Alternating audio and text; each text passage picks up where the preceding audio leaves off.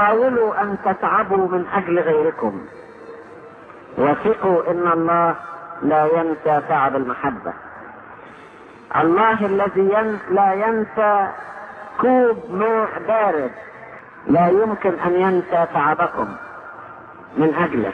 قيل عن احد القديسين انه كان بيتعب من اجل الرهبان ويملى لهم ميه ويوصلها لألاليهم، وبعدين في مرة وهو ماشي سمع صوت واحد وراه بط، لقى ملاك ماشي وراه وفي ايده ورقة وقلم.